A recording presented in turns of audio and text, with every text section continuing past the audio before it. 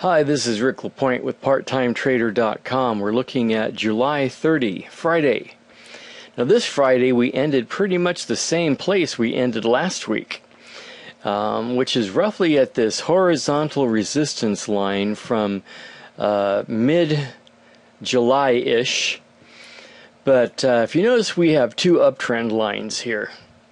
Now there's various ways to interpret the drawing of trend lines. Here you see that we have one trend line that we use the candle base itself as the basis for the line. Here we drew the line as our low of this one particular candle.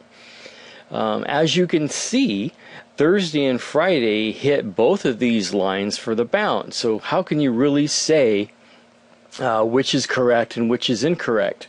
Makes the whole idea of drawing lines and looking at moving averages and things a little maddening at times, because you can always find some line or some moving average that will act for that day at least as support and resistance. But here they are nonetheless.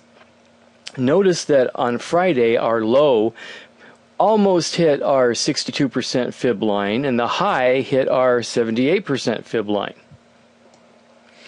Outside of our green candle here on Monday, we had most of the midweek, of course, was working its way down, and then we did get green on the day on Friday.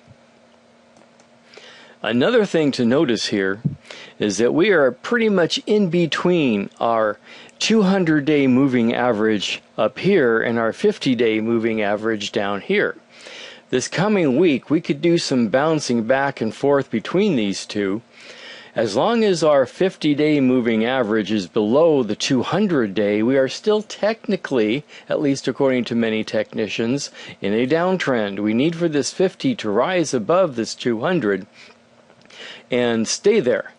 Also, what we're looking for this week is we really need price to use this new little uptrend here, maintain this spot, or at least at the very worst drop down to our 50-day moving average for its support, hold, and bounce. But we really need to break above this 200-day moving average and possibly come back down and test it for support. But we definitely need to stay above this point for this new little uptrend to have any legs. So that's the basic ideas that we're going to be looking for this Monday.